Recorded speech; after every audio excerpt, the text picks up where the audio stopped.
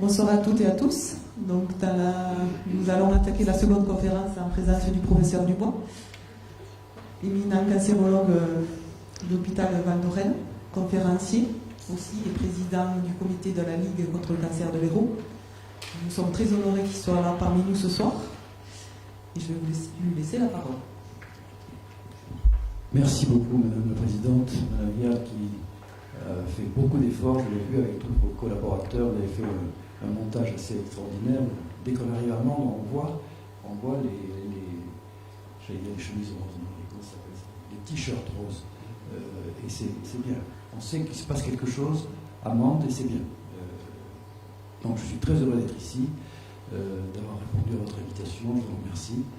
Je suis très heureux d'être ici aussi avec notre secrétaire général, M. Richard Pagès, que à Montpellier, je suis pas ici, mais à Montpellier tout le monde connaît. Et nous sommes accompagnés aussi par un ligueur depuis toujours, de M. Benoît qui est là. Il me fait plaisir d'être ici avec nous.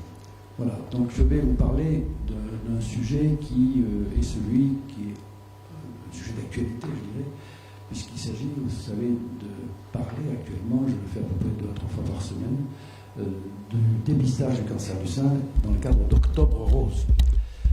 Il y a plusieurs mois dans l'année, il y en a 12, et sur les 12 mois de l'année, il y en a à peu près une dizaine qui sont occupés par des actions spécifiques pour telle tumeur, tel ou tel cancer.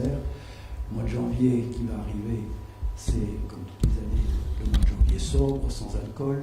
Là, on communique sur les méfaits de l'alcool. Le mois de février, on fait un petit peu un récapitulatif de ce qui s'est passé les années précédentes et ce qui va se passer, puisque c'est le mois du cancer, la semaine internationale du cancer, la journée internationale du cancer, qui est le 4 février chaque année. Le mois de mars, c'est le dépistage du cancer du côlon, du gros intestin, Mars bleu. Le mois d'avril, c'est, je l'ai oublié, le mois de mai, c'est le sport. Le mois de juin aussi, le sport. Le mois de juillet, c'est le soleil. Le mois d'août sont les vacances. Le mois de septembre, c'est le cancer de l'enfant. Octobre rose, le cancer du sein.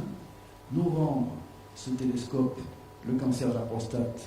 On va parler beaucoup dans un mois, un peu moins d'un mois, du cancer de la prostate et du mois sans tabac. Et décembre, c'est le Père Noël. Voilà. Donc, on est occupé une bonne partie de l'année, dépendamment de toutes les autres activités qui se font à la Ligue. Et vous devez découvrir, Madame Viard, que la Ligue est une association extrêmement active, qui n'est pas toujours facile à piloter pour 1000 raisons, parce qu'on touche à plusieurs domaines, mais c'est quand même tout à fait passionnant. Vous l'avez dit, j'étais cancérologue, je suis à la retraite maintenant depuis bientôt 8 ans.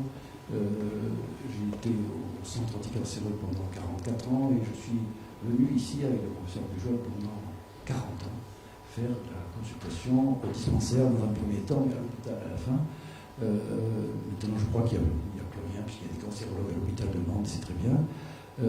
Et je crois que ces expériences ont été extrêmement bénéfiques pour l'ensemble de ceux qui ont participé, en tout cas pour moi-même.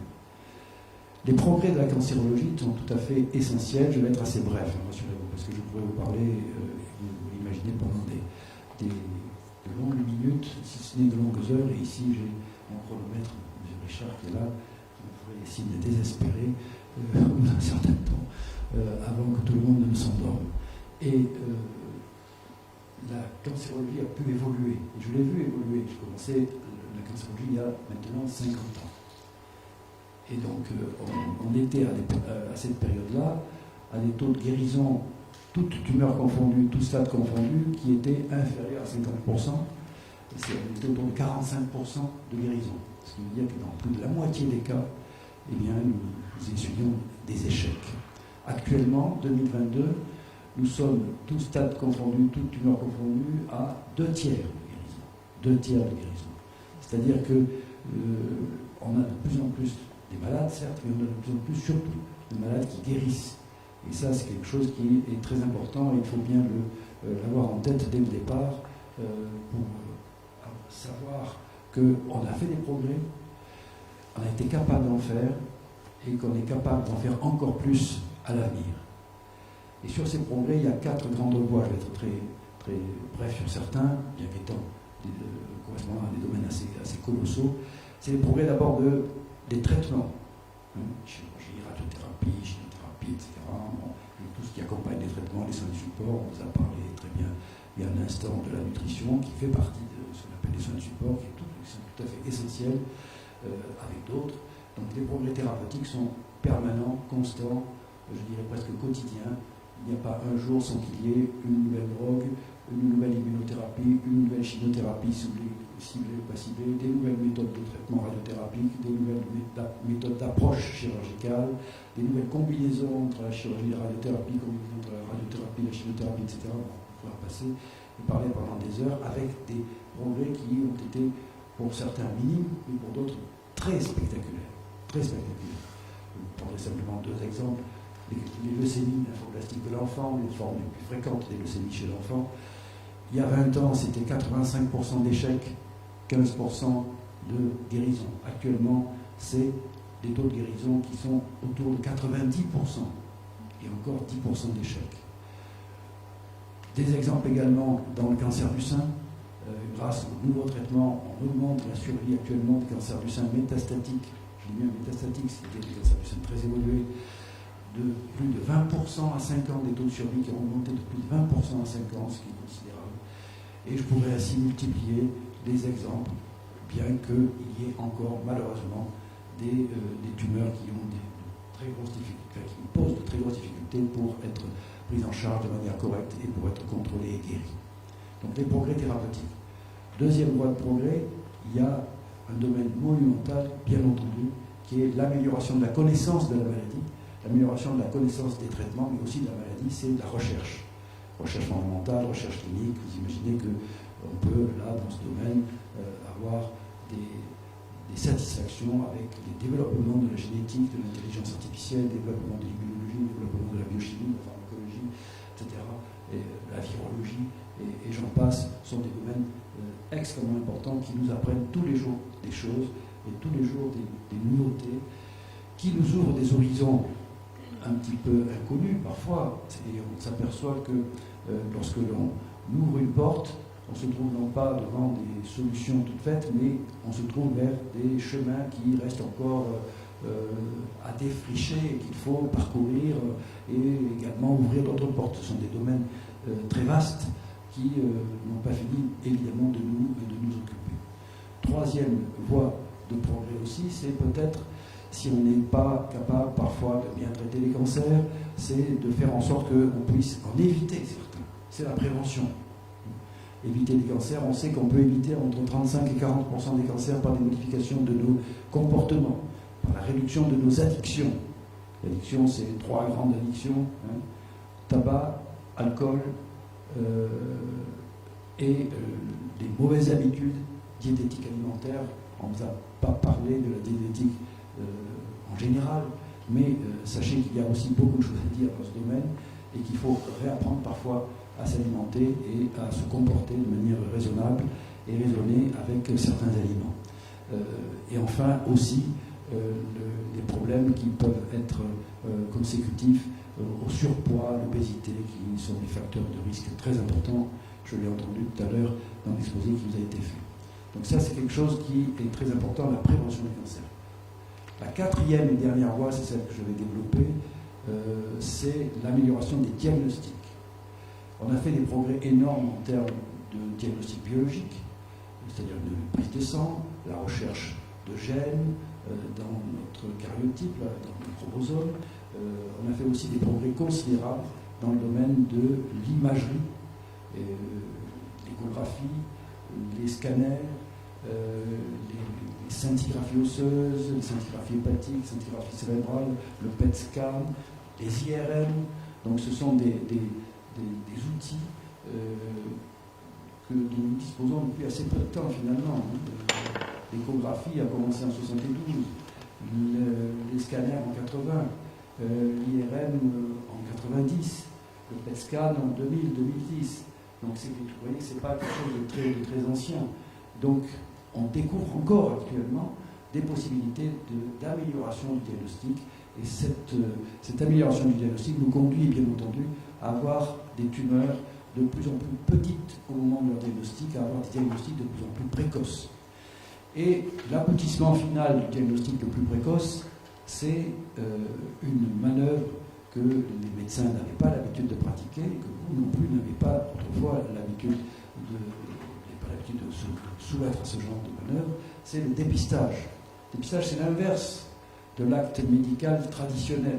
Habituellement, on constate qu'on a un problème, qu'on est fatigué, qu'on a maigri, qu'on a une pouls, qu'on a un saignement, qu'on a diverses choses, et on va voir le médecin. Le dépistage, c'est totalement l'inverse. C'est pas le médecin qui reçoit le malade, c'est le médecin qui va au-devant de l'éventuel malade en prenant une population en général qui a priori n'est pas connue pour avoir telle ou telle pathologie et à laquelle on va proposer des manœuvres diagnostiques qui permettront d'arriver à un diagnostic de plus en plus précoce avant même l'expression clinique, c'est-à-dire avant même l'apparition des premiers symptômes. C'est ça la définition du dépistage. On peut dépister des tas de maladies, mais on peut effectivement, pas uniquement cancéreuses, mais on peut dépister aussi, bien entendu, des cancers. Les cancers que l'on doit dépister, que l'on peut dépister, qu'il faut dépister, sont des cancers qu'il faut bien sélectionner. On ne peut pas le faire pour toutes les tumeurs. Pour qu'une tumeur soit réellement intéressante à dépister, il faut qu'elle soit fréquente. Vous ne comprendriez pas qu'on mette sur pied des campagnes de dépistage systématique qui vont s'adresser à toute la population, dans sa globalité, pour détecter, dépister des tumeurs exceptionnelles. Ça n'a pas de sens. Donc, tumeur fréquente. Deuxièmement, il faut que la tumeur soit facilement accessible. On ne peut pas imaginer non plus que l'on soit en mesure de proposer à une population entière des manœuvres extrêmement agressives, coûteuses parfois, qui demandent des explorations compliquées. Il faut que ce soit relativement simple, sinon les gens ne viendraient pas, évidemment. Troisièmement, il faut que cette tumeur fréquente et accessible soit curable, c'est-à-dire guérissable. Ça ne sert à rien de détecter une tumeur, même de petite taille, si on n'a pas de proposition thérapeutique, si on n'a pas de traitement à lui opposer, à lui proposer. Donc il faut qu'on ait ces trois critères de fréquence, d'accessibilité et de curabilité. Il y a 4 grands types de tumeurs que l'on soumet actuellement de manière assez systématique au dépistage: le cancer du sein, le cancer du côlon, gros intestin, le cancer du col de l'utérus, le cancer de la prostate. Bon, je n'ai pas le temps de tout faire, évidemment. Nous sommes en octobre rose, je vais vous parler du sein. Il est fréquent ce cancer, il est accessible à la mammographie et il est curable. Fréquent, c'est le cancer solide, disons, vous savez, il y a 2 grands types de cancers, les tumeurs solides, par opposition aux tumeurs que l'on pourrait appeler de liquide, qui sont les leucémies. Dans les tumeurs solides, le cancer du sein représente un tiers, 30% de la pathologie tumourale, 30 à 33%. Une femme sur 8 connaît ou connaîtra le cancer du sein dans sa vie. L'incidence du cancer du sein augmente actuellement. Mais ce qui est très important à retenir, c'est que la mortalité diminue de manière très importante. Et cette mortalité diminue pour toutes les raisons que je vous ai indiquées. Il y a parce qu'on connaît mieux la maladie grâce à la recherche, parce qu'on le traite mieux grâce aux différents traitements, parce qu'on peut aussi agir sur le surpoids, l'obésité, qui sont des facteurs de risque, la prévention, et parce que aussi on le diagnostique de plus en plus tôt. Et donc, ça c'est très important. Augmentation de la fréquence, certes, mais diminution de la mortalité, c'est très important. Et ce cancer du sein, il touche une femme sur 8. Actuellement, il est responsable de 12 000 décès chaque année en France. 12 000 par an. Il y a à peu près entre 58 et 59 000 nouveaux cancers diagnostiqués. Dans les décès, bien sûr, ce n'est pas forcément les patients, heureusement d'ailleurs, les patients qui ont été diagnostiqués dans l'année. C'est celles qui ont parfois été diagnostiquées 5, 10, 15 ans avant. Voilà, donc c'est pas les mêmes, c'est pas les mêmes principes.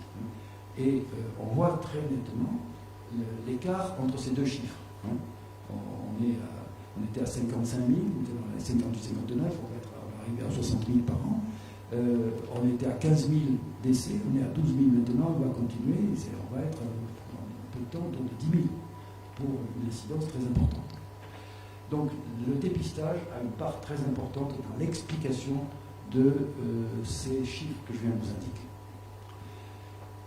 Le dépistage est une manœuvre de diagnostic extrêmement précoce et il a fallu des années pour imposer le dépistage à l'assurance maladie. Parce que quand on va voir les payeurs, les gens de la sécurité sociale, de l'assurance maladie, ils disent c'est très bien, c'est votre histoire que vous me racontez là, vous allez par la mammographie que vous allez proposer à tout le monde, qui va coûter un certain prix, vous allez améliorer les choses, parce que vous avez des éléments chiffrés qui peuvent le démontrer. Et ça, c'est plus compliqué. Il faut en avoir la preuve. Et pour en avoir la preuve, il a fallu faire au départ des campagnes de dépistage sélectionnées dans certaines zones géographiques, dans certains départements. Par exemple, le département de l'Hérault, depuis toujours, depuis le début, était un département pilote pour la démonstration et pour les études scientifiques qui ont permis de voir que avec des taux de participation minimale de 50% de la population, eh bien, on était capable de démontrer que le dépistage pouvait permettre de réduire la mortalité annuelle par cancer du sein.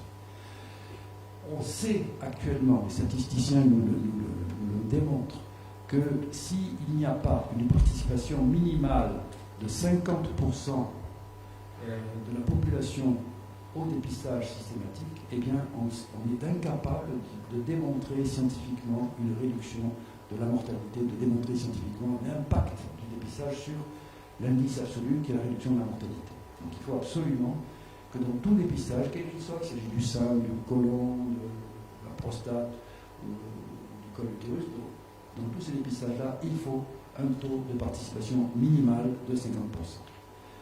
Le col utérus, la prostate, c'est pas très difficile, c'est pour 1000 raisons, on a gagné.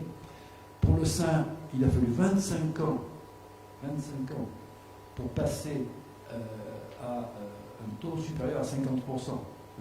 Les Danoises et les Suédoises, à la deuxième année, ils étaient à 90% de participation. Donc nous sommes, nous, toujours dans une population un peu rebelle de l'Europe du Sud, eh bien, on a toujours des difficultés à suivre. Actuellement, nous sommes à 60%. C'est bien, mais c'est loin encore de certains taux, de certains pays, qui ne sont pas si loin que ça, finalement, de la France, certains pays d'Europe du Nord. Et nous savons aussi que c'est très fragile, ce taux de participation. Pourquoi? On l'a vu très récemment avec l'épidémie de Covid. L'épidémie de Covid, la participation, il y avait beaucoup de raisons à cela, des raisons d'ailleurs légitimes souvent, mais sa participation a diminué. On est passé de 60 à 40. Et là maintenant, ça y est, on approche les 60. On revient au taux d'avant l'épidémie de Covid. Donc c'est très bien. Et ça veut dire qu'il faut marteler, c'est pour ça que nous sommes ici, marteler sans cesse, participer, parce que sinon, eh bien, vous, peut-être individuellement, le fait de participer, ça ne vous servira pas à grand-chose.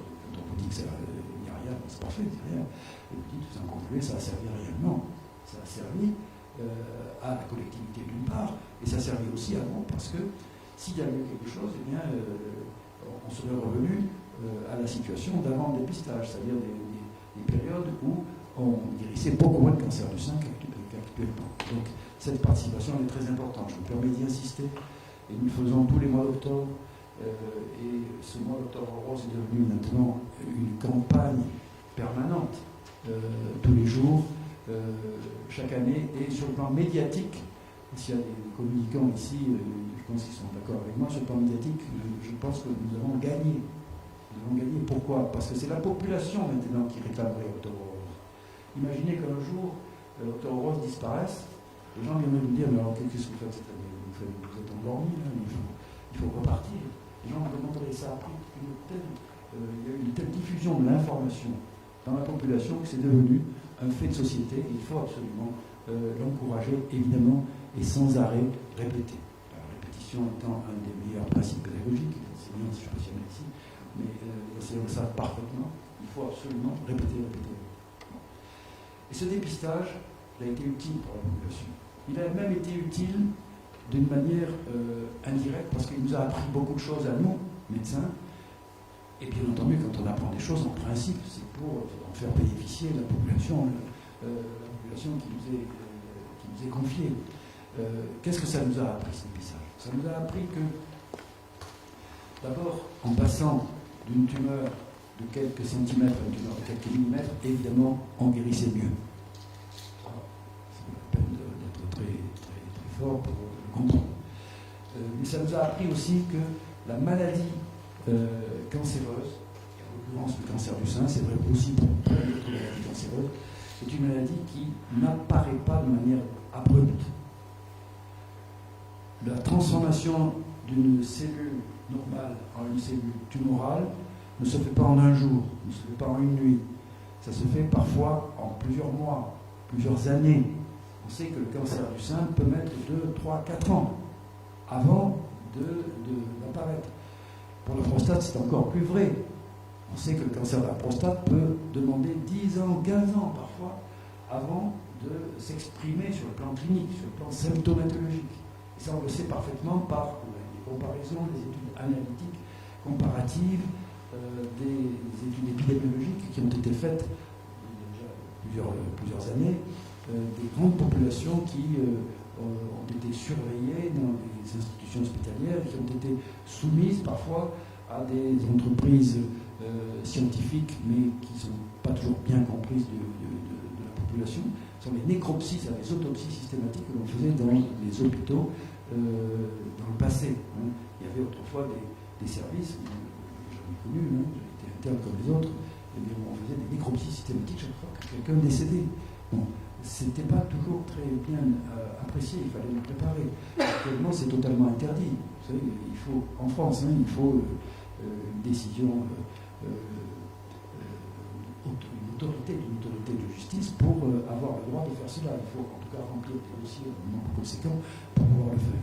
Et ça nous a appris beaucoup de choses. Ça nous a appris qu'il faut du temps pour faire un cancer. Et le dépistage a confirmé cela. Et qu'est-ce qui se passe entre la cellule normale et la cellule tumorale? Qu'est-ce qui se passe pendant des mois?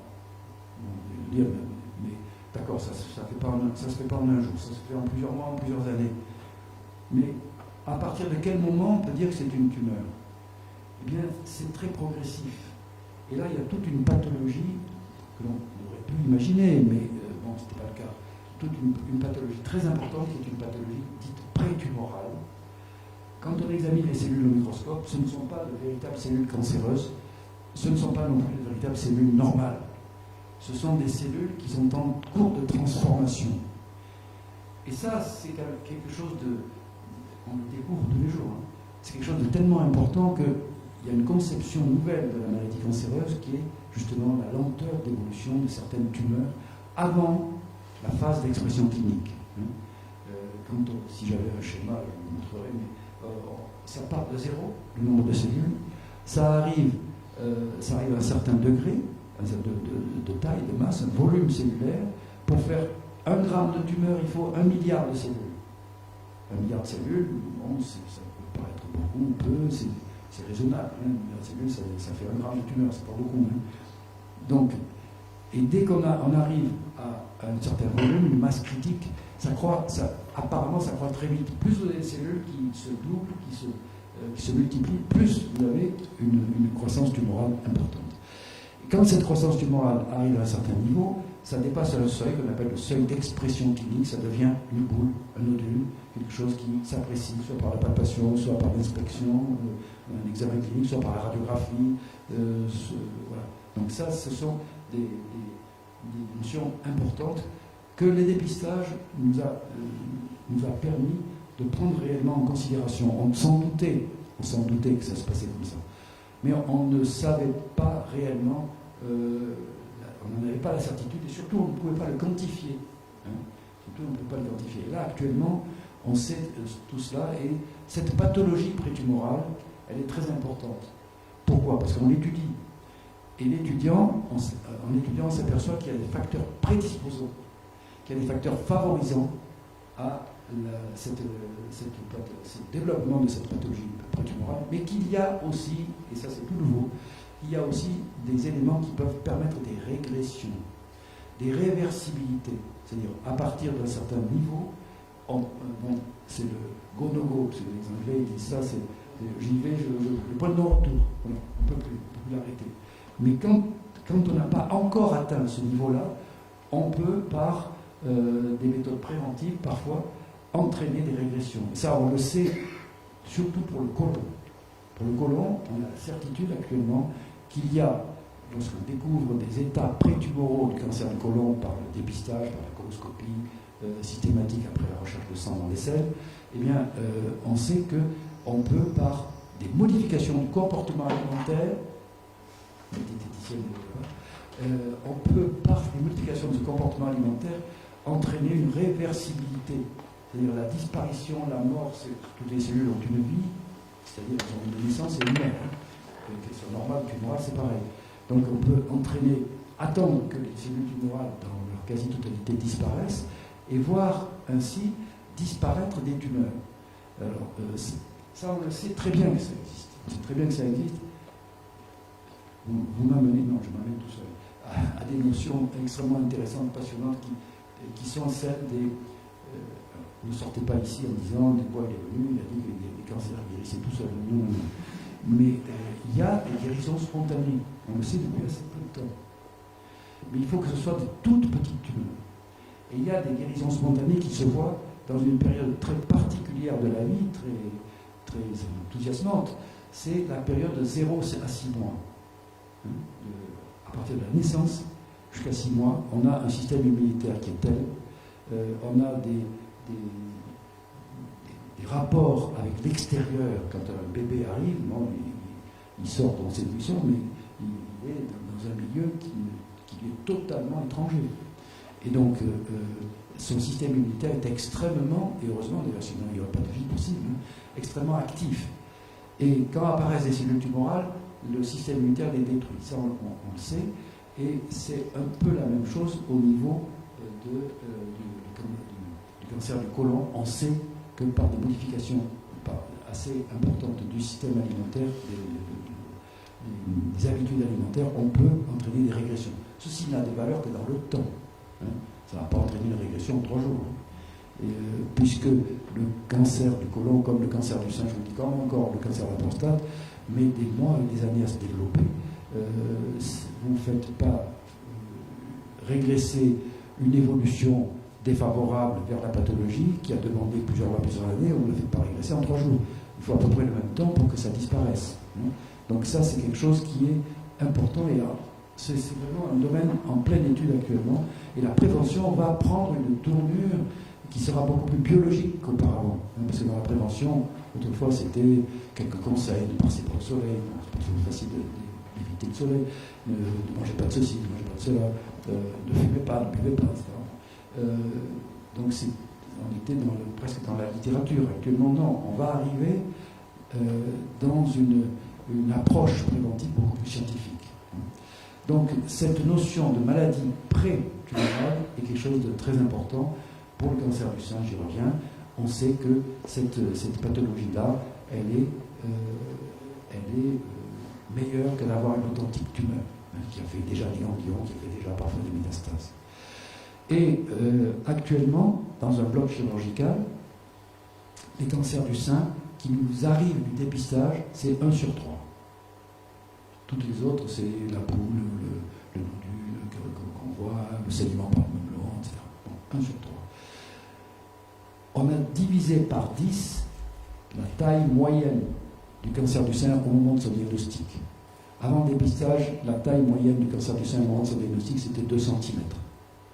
Actuellement, la taille moyenne du cancer du sein au moment de son diagnostic, c'est 2 mm. Et ces tumeurs-là, infracliniques, découvertes par dépistage, on arrive à des taux de guérison qui dépassent largement les 90%, même les 95%. Il y a même des formes qui arrivent à 100% de guérison. C'est quelque chose qu'on ne pouvait pas imaginer il y a 20, 25 ans. Ce sont des résultats tout à fait colossaux. Et bien sûr, ces patientes-là qui font partie de la cohorte des cancers du sein, ça améliore considérablement le pronostic global de ce cancer du sein, c'est évident. Hein. Si vous avez de plus en plus des tumeurs de plus en plus petites, eh bien, le pronostic va s'améliorer, avec en même temps, toujours pareil, ce que je vous ai dit, l'amélioration des traitements, etc. Hein. Donc la contribution du dépistage à l'amélioration des résultats thérapeutiques a été tout à fait significative et tout à fait substantielle. Elle n'est pas la seule, hein, cette contribution, puisqu'il y a la contribution du traitement, la contribution de la recherche, etc., mais elle est déterminante. Donc ça, c'est quelque chose qu'il ne faut pas oublier. Et on a pu, en France, arriver finalement à convaincre le payeur, qui est l'assurance maladie, de mettre en place des campagnes de dépistage systématique qui ne sont plus des études scientifiques comme on faisait auparavant, mais qui sont des études, qui sont des campagnes d'action médicale de routine, hein, puisqu'on propose à la population entière, entre 50 et 75 ans, une mammographie tous les 2 ans à titre systématique, et surtout, et je terminerai par là, et surtout dans les populations à risque. Les campagnes de dépistage, ça concerne la population globale. Mais quand on examine la rentabilité d'une campagne de dépistage dans les populations sélectionnées par les facteurs de risque, c'est-à-dire des femmes qui ont des gènes de prédisposition à faire le cancer du sein, par opposition aux femmes qui n'ont pas de gènes de prédisposition à faire le cancer du sein, le dépistage est d'autant plus efficace, puisqu'on a plus de chances sur le plan statistique, plus de chances de découvrir une petite tumeur chez les patientes, chez les femmes qui ont les gènes de prédisposition que celles qui n'ont pas le gène de prédisposition. On a plus de chances d'avoir des cancers du sein diagnostiqués très tôt dans les familles, autrement dit, à risque de cancer du sein. Quelle est la proportion de cancer du sein familial? C'est en gros 20%. C'est à peu près la même chose pour le côlon, entre 20%. Ce qui veut dire que 80% des cancers du sein n'ont pas de support génétique. Le support génétique, c'est 20%. Alors attention, le support génétique, ce sont des gènes, vous avez entendu, je l'ai prononcé plusieurs fois ce mot, des gènes de prédisposition à avoir des maladies précancéreuses et la maladie cancéreuse du sein. Ces gènes de prédisposition, ça veut dire très bien que toutes les femmes qui ont le gène ne vont pas faire automatiquement un cancer. Et malheureusement, toutes les femmes qui n'ont pas le gène ne sont pas non plus à l'abri du cancer. Elles peuvent faire des cancers, mais dans des proportions bien moindres que celles qui sont porteuses du gène de prédisposition, celles qui appartiennent à une famille.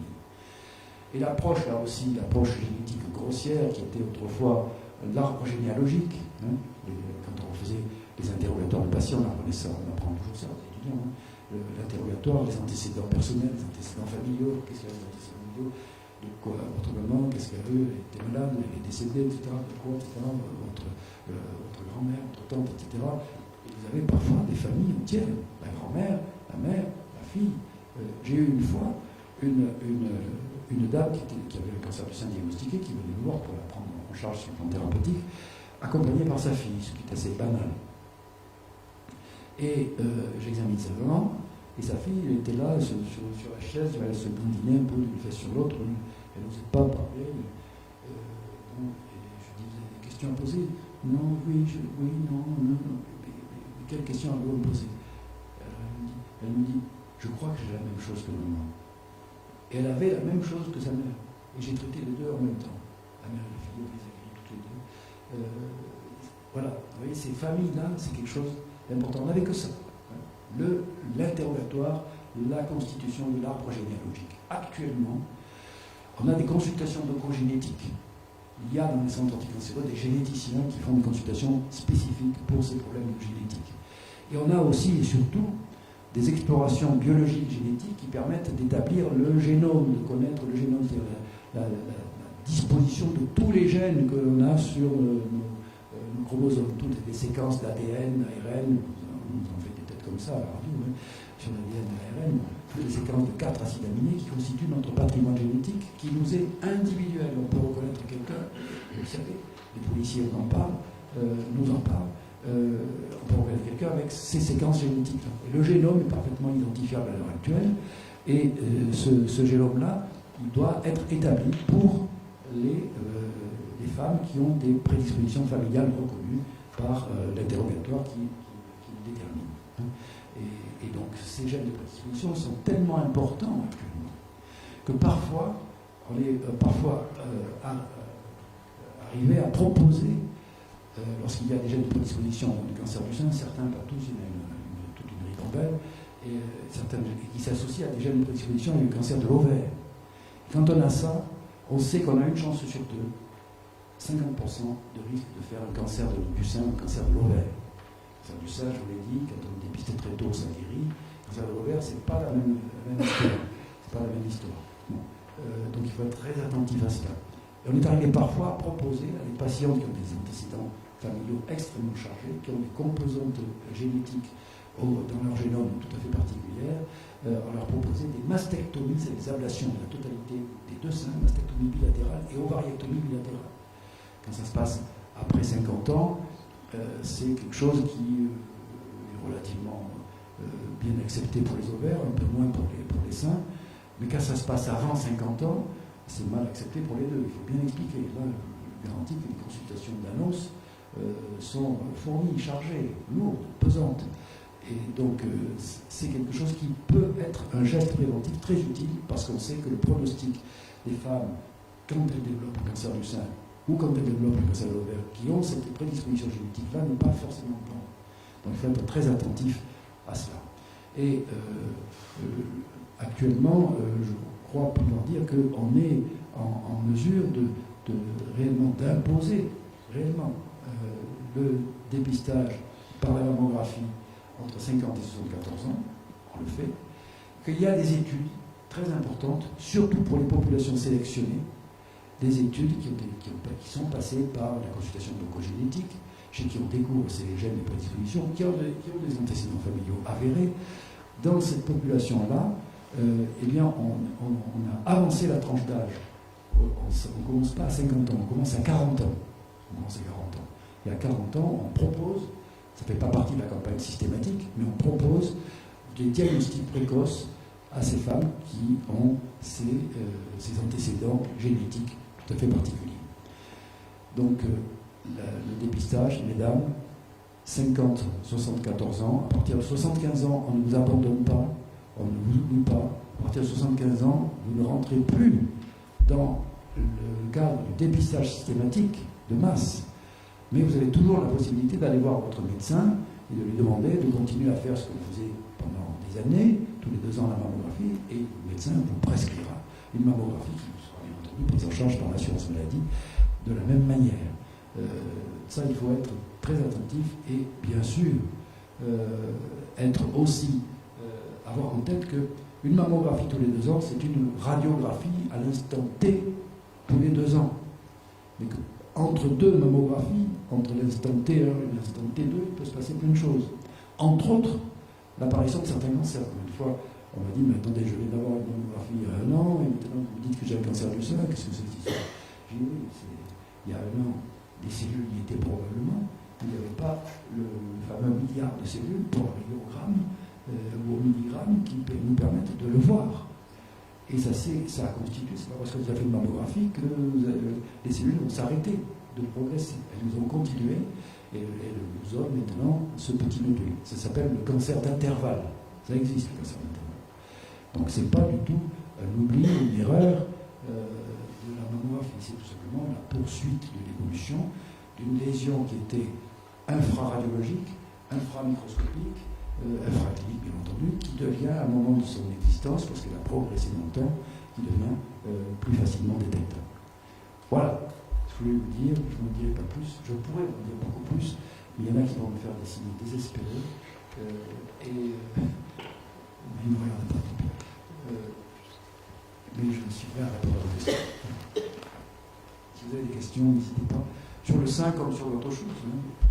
Je vous ai dit que pour les autres tumeurs à dépister, côlon, prostate et col, c'est un peu pareil. On a découvert les maladies précancéreuses dans le cancer du côlon, ça c'est très bien connu maintenant. La même chose pour la prostate. Il y a des gènes de prédisposition du cancer prostatique. Il y a des gènes, bien sûr, de prédisposition très importants du cancer du côlon. Le cancer du col de l'utérus, c'est une autre histoire. Et je vous en dis un mot, je suis parti. Le cancer du col de l'utérus, le dépistage se fait par le frottis. Ça, c'est quelque chose, je crois, qui est maintenant admis par l'ensemble de la population féminine de notre pays. Et ça a permis de découvrir beaucoup de petits cancers. Et évidemment, là encore, quand on a des petits cancers, c'est mieux d'avoir des bons. Moi, j'ai commencé la cancérologie, je vous le disais, il y a 50 ans maintenant. J'avais à traiter en radiothérapie des cancers du col de l'utérus, qui étaient tous des stades 3, parfois des stades 4. C'est des tumeurs très évoluées. Et ça, les cancers du col de l'utérus stade 3, stade 4, on est à 30-35% de guérison pour les stades 3, 10% pour les stades 4. Fort heureusement, grâce au dépistage, les cancers du col de l'utérus au stade 3 et 4, on n'en voit pratiquement plus. Et c'est très bien. On est dans les stades 2 et les stades 1, et même parfois dans les stades encore, les stades 0, c'est-à-dire les stades précliniques. Le frottis nous a permis aussi de découvrir les transitions cellulaires. Mais nous a permis aussi de découvrir une maladie infectieuse virale transmise sexuellement qui s'appelle la papillomatose virale, la papillomatose du col de l'utérus, qui est le lit du cancer. Et ça, c'est quelque chose de très important, parce que le traitement de cette maladie virale-là, le diagnostic bien sûr, puis le traitement de cette maladie virale-là, prévient le cancer. Et là, on revient à la prévention. Et cette prévention-là, elle peut actuellement être faite par la vaccination antivirus du papillome. Vaccination anti-papillomavirus, qui n'est pas un vaccin contre le cancer. C'est un vaccin contre ce virus-là qui peut faire le lit du cancer du col de l'utérus. Et on voit actuellement se réduire non seulement la mortalité par cancer du col de l'utérus, mais aussi l'incidence. Les deux diminuent en même temps, grâce au dépistage, grâce à la prévention par le vaccin. Et il faut vacciner les jeunes filles entre 11 et 14 ans, 13 ans, entre 11 et 13 ans, entre 12 et 14, 15, les garçons, un petit peu plus tard. Les garçons sont toujours au tard, et c'est comme ça. Les Australiens nous ont montré le chemin. Campagne systématique de vaccination anti-HPV, anti-human papillomavirus, aux garçons et aux filles, les deux. Puisque c'est sexuellement transmissible, c'est mieux de s'occuper des deux. Et ils ont réduit l'incidence du cancer du col de l'utérus de 90%. 90%, c'est considérable. Nous allons nous connaître. Question, allez, j'arrête. Vous avez parlé de facteurs de croissance des insectes, en général. Quels sont pour vous ces facteurs? Les facteurs de croissance, d'abord, c'est le facteur de croissance qu'on appelle le génie évolutif propre de la maladie, les facteurs de croissance qui sont dus à la rapidité d'évolution de la division cellulaire. Et ça, on sait qu'il y a des tumeurs qui sont... On vient tous d'une cellule, qui est la conjonction de l'ovocyte et du spermatozoïde. D'accord? Et après, on devient, après de multiples transformations, vous pouvez imaginer, ce que nous sommes. Avec toute la complexité que cela représente. Ça s'appelle la différenciation cellulaire, la différenciation tissulaire. Différenciation. Pourquoi? Parce que la même cellule, ça en fait une cellule cérébrale, une cellule hépatique, une cellule musculaire, etc. Le cancer, c'est la dédifférenciation. On revient vers le stade de cellules souches, la première cellule. Sur le plan morphologique, on connaît très bien au microscope, et sur le plan également fonctionnel. Et au fur et à mesure qu'une cellule se différencie, sa rapidité d'évolution est de plus en plus faible. Sa durée de vie de plus en plus longue. Et quand une cellule se transforme en cellule tumorale, c'est le cheminement inverse. Elle se dédifférencie. Elle retourne vers la cellule souche. Et là, elle se divise de plus en plus rapidement. D'accord? Et quelle était... En fait, c'était plus pour parler des facteurs. Oui, voilà. Donc ça sont le génie évolutif propre de la tumeur. Surtout par rapport à... On revient dans toutes les familles maintenant. On entend beaucoup de personnes qui ont des cancers. Et ce facteur-là, est-ce que pour vous il est sociétal? Est-ce que ça vient de notre alimentation? Est-ce que ça vient des perturbateurs endocriniens? Est-ce que c'est pour ça? Donc ça, il y a des facteurs propres à nous, ce que je vais vous décrire. Il y a tout, vous voulez pas que je parle de l'environnement. Ces facteurs-là, c'est le domaine de la prévention. Oui. Et quand on regarde l'impact des facteurs, ça s'appelle des facteurs externes de la carcinogénèse. Quand on regarde ça, eh bien, il y a des responsables. On en connaît un certain nombre. Il y en a aussi qu'on ne connaît pas. Et il faut bien les classer. Bien sûr, l'alimentation a une importance. Bien sûr, les rayonnements peuvent avoir une importance. Bien sûr, la pollution atmosphérique peut avoir une importance. Mais par rapport aux grands responsables, c'est rien. Les grands responsables, c'est quoi? Le tabac.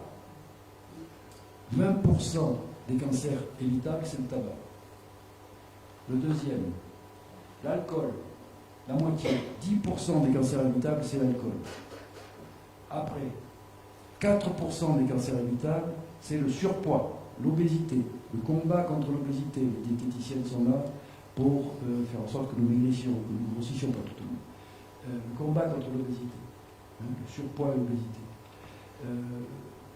Et puis, après, ce sont tout le reste. L'exposition à certains aliments, l'exposition aussi, mais c'est beaucoup plus faible, beaucoup plus faible. La pollution atmosphérique très faible, etc. Donc les grands, déjà, si vous partez d'ici en ayant la certitude qu'il faut que vous arrêtiez de fumer pour les fumeurs, qu'il faut que vous ne commenciez pas, le mieux c'est de ne pas savoir à s'arrêter, c'est de ne jamais commencer. Boire moins d'alcool, et ça c'est déjà beaucoup. Le tabac tue, vous le savez, le tabac tue entre 75 000 et 80 000 personnes chaque année en France. 40 000 par maladie cardiovasculaire et 35 à 38 000 par cancer. Cancer du poumon, cancer de la gorge, cancer de la vessie. Pas forcément le plus facile à traiter d'ailleurs. L'alcool, c'est 12 000 décès chaque année en France par cancer. Il n'y a pas que le cancer, l'alcool ne donne pas que le cancer. Cirrhose du foie, maladie neurodégénérative, accident de la circulation, troubles psychiatriques, etc. Des problèmes familiaux, psychologiques personnels, professionnels, etc. Donc déjà, c'est beaucoup. Ce qui ne veut pas dire du tout qu'il ne faut pas s'occuper du reste. Bien sûr, il faut s'occuper du reste. Bien sûr qu'il faut manger de mieux en mieux.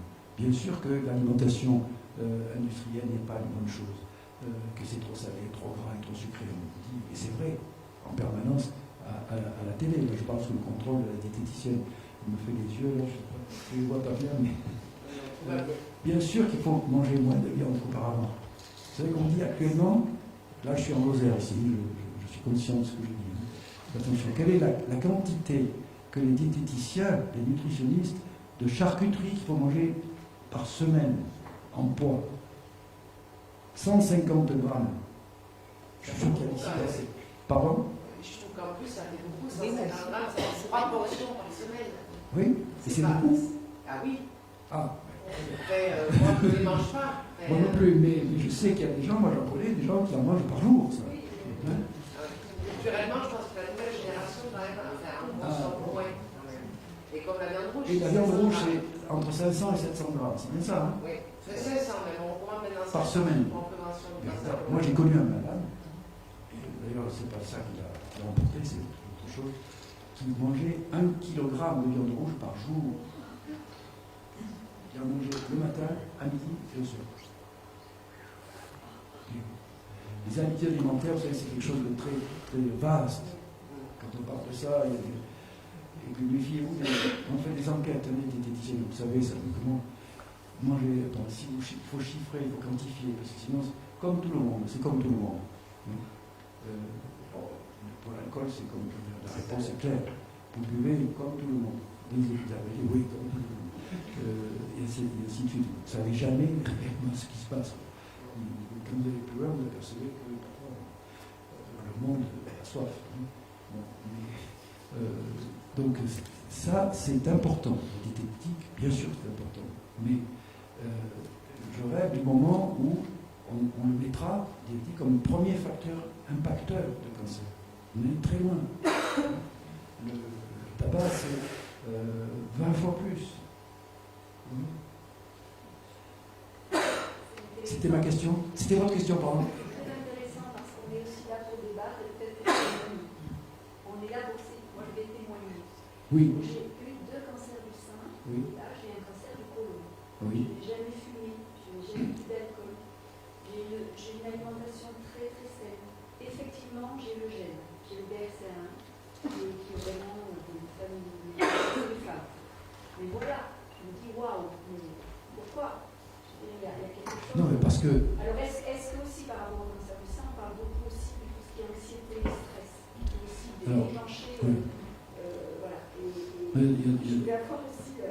Il y a deux choses dans votre question. Un, c'est vrai qu'on est toujours surpris par le fait que, combien de fois j'ai entendu ça aussi, j'ai jamais bu, j'ai toujours bien mangé, j'ai un cancer de l'estomac, j'ai un cancer du côlon. Mais c'est une question de risque, une notion de risque. Une certaine alimentation augmente votre risque.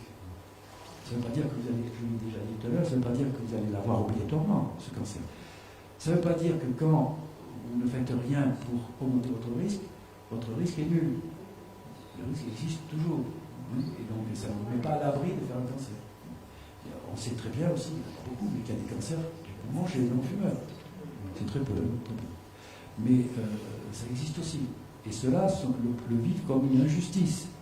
J'ai jamais fumé, j'ai un cancer du poumon. Et le deuxième point que vous abordez, c'est le stress. Et ça, c'est parfaitement connu. Le stress ne donne pas le cancer. Le stress, par contre, peut favoriser la progression de cellules cancéreuses déjà existantes. Ça, c'est encore très clair aussi. Pourquoi ? Le schéma physiologique est très connu.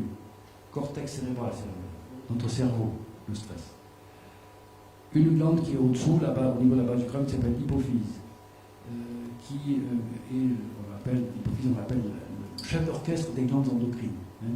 L'hypophyse commande la thyroïde, les surrénales, les ovaires, chez la femme, les testicules chez les hommes. Bien. Et entre le cerveau et l'hypophyse, il y a une structure nerveuse, c'est pas l'hypothalamus qui fait le relais, avec des neurotransmetteurs, etc. C'est très bien connu tout ça. Bon, et quand on a un choc émotionnel, c'est le cerveau, le cortex cérébral, qui agit. Et ça met en branle tout ce système-là, système neuro-endocrinien, jusqu'aux glandes surrénales qui sécrètent soit de l'adrénaline pour la médulo-surrénale, soit de la cortisone pour la corticosurrénale. La cortisone est un agent immunosuppresseur extrêmement puissant. La cortisone réduit nos défenses immunitaires. On nous donne en permanence la cortisone au greffé pour qu'il n'ait pas ce nom du rejet. Pour ça, donc immunosuppression, immunodépression, plus ou moins puissante, qui peut faire en sorte que le cancer, qui aurait pu être maintenu en sommeil pendant quelques temps par le système immunitaire, par nos défenses immunitaires, ne l'est plus, puisqu'elles sont supprimées ou diminuées, ces défenses immunitaires. Et à ce moment-là, le cancer se développe plus rapidement qu'il ne se serait développé s'il n'y avait pas eu cet impact psychologique. C'est certain. Mais là, on parle de gros stress. Pardon ? On parle de gros stress, pas le stress que oui, bien sûr. Le stress choc. Oui, bien sûr. Voilà. Bien sûr. Le classique, c'est elle a fait un cancer du sein un an après que son mari soit décédé. Ouais. Voilà. C'est vrai, souvent. Voilà, il y a plein d'exemples comme ça. D'autres questions ?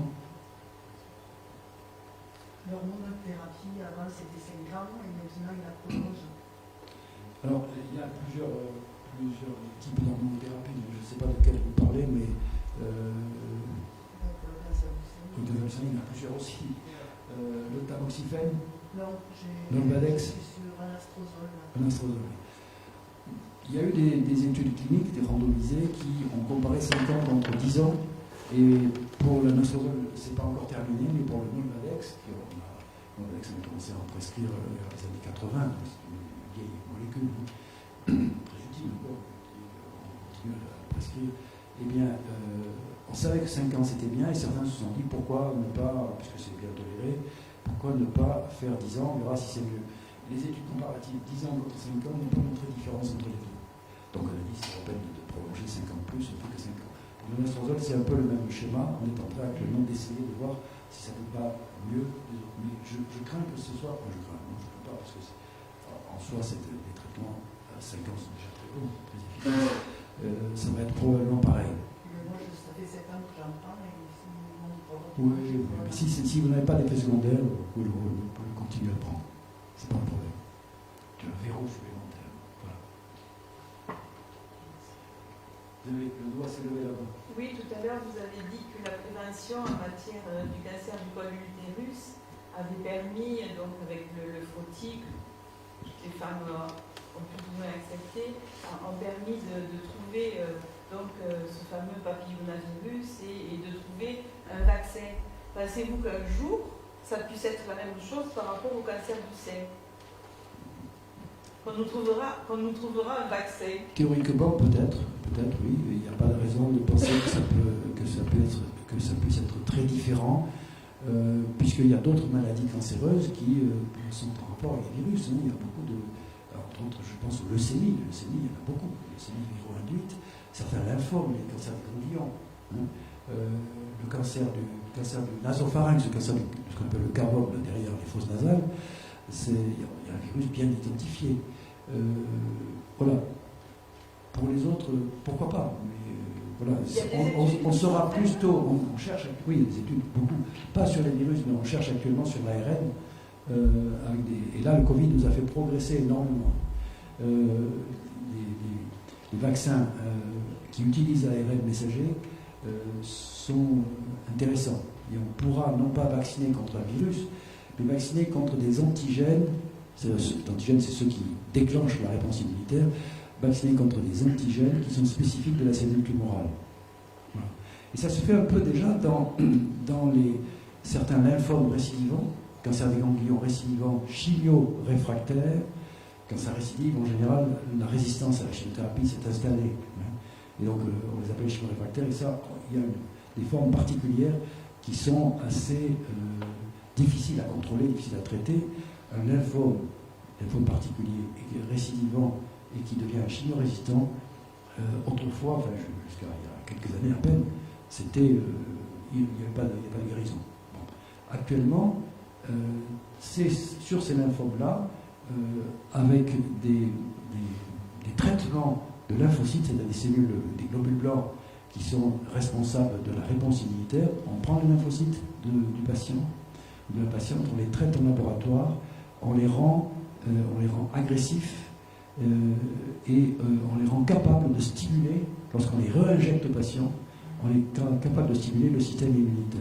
C'est une sorte de vaccination spécifique de cellule à cellule. Hein. Vous avez peut-être entendu parler des CAR T-cells, CAR CAR. Voilà. Eh bien, ça a permis de récupérer la moitié des lymphomes qui étaient autrefois, la moitié des lymphomes récidivants réfractaires, qui étaient autrefois condamnés. Hein. On en guérit 1 sur 2 de ces patients que personne ne pouvait guérir auparavant. Voilà. Donc ça peut venir, mais ça bouge beaucoup, hein, énormément. Je reviens, je suis sûr, dans un an, je ne vous dirai pas la même chose. Merci. Oui. Dans les familles, vous avez dit que lorsqu'il y avait la mère, la sœur, qui avait eu le cancer, on avait des chances, il y avait plus de risques pour les autres filles de la fratrie. C'est mon cas, donc est-ce que dans tous les cas, on peut penser que le fait qu'il y ait eu ma mère et deux de mes sœurs qui sont décédées du cancer, j'ai plus de risques, je dois être plus suivie, plus attentive à tous les signes qui peuvent se présenter. Eh bien, vous l'avez dit, il faut être très attentif, et plus attentif que si vous n'avez pas ces antécédents et cette configuration génétique. Bon, il faut commencer, si possible, avant 50 ans, chez ces personnes-là, continuer après, en sachant que dans des familles comme ça, tous les cancers que l'on diagnostique sont toujours des plus petits que chez les autres. Pourquoi ? Parce qu'on les surveille beaucoup plus attentivement que les autres. En sachant aussi, et ça c'est du bon sens, que ces lignées-là peuvent soit apparaître dans le temps, par la combinaison des chromosomes au moment de la conception, ça peut augmenter le risque, mais il y a aussi des risques qui peuvent diminuer. Il y a dans des familles des lignées qui commencent un jour, et puis des lignées qui disparaissent. C'est pas parce que vous avez votre grand-mère, votre mère qui a eu un cancer, et vous un cancer du sein, que votre fille, votre petite-fille va l'avoir. Peut-être que vous êtes la dernière. Peut-être que votre grand-mère était la première de la lignée. Vous voyez, c'est pas obligatoire. C'est pas une transmission héréditaire d'un gène. D'un gène qui est... Dans le gène, il y a... On m'a amené à dire des choses compliquées, mais le génotype et le phénotype. Et le génotype, c'est notre configuration biologique du gène. Et tous ces gènes-là que nous possédons ne vont pas obligatoirement s'exprimer cliniquement. Donc, il y a des transformations et des passages de gènes dominants qui s'expriment vers des gènes récessifs qui ne s'expriment pas. Voilà. Il y a quelqu'un qui commence, et s'il y a quelqu'un qui commence, ça veut dire qu'il y a quelqu'un qui finit. La biologie, c'est ça. La vie, ça commence à la naissance et ça finit à la mort. S'il n'y a pas la mort, il n'y a pas de vie. On l'appellerait autrement, je ne sais pas, mais ce serait comme des minéraux. J'ai répondu à votre question.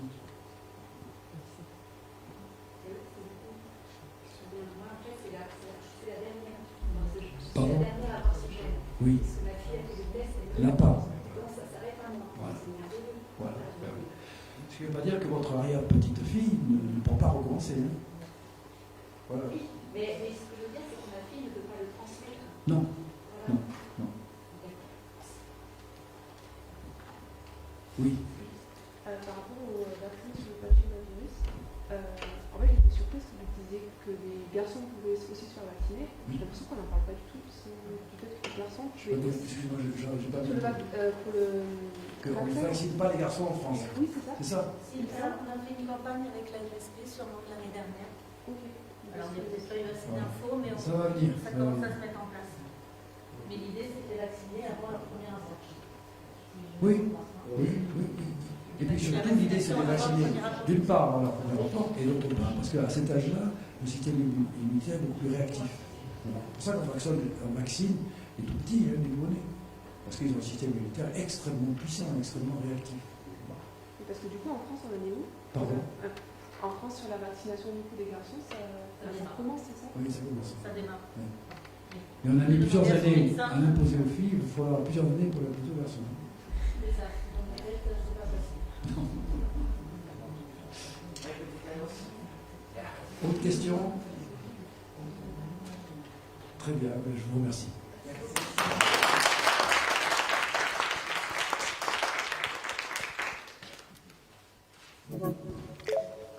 Merci professeur, merci Madame Lavely pour vos présentations respectives et merci à vous pour votre écoute. J'espère que ces conférences ont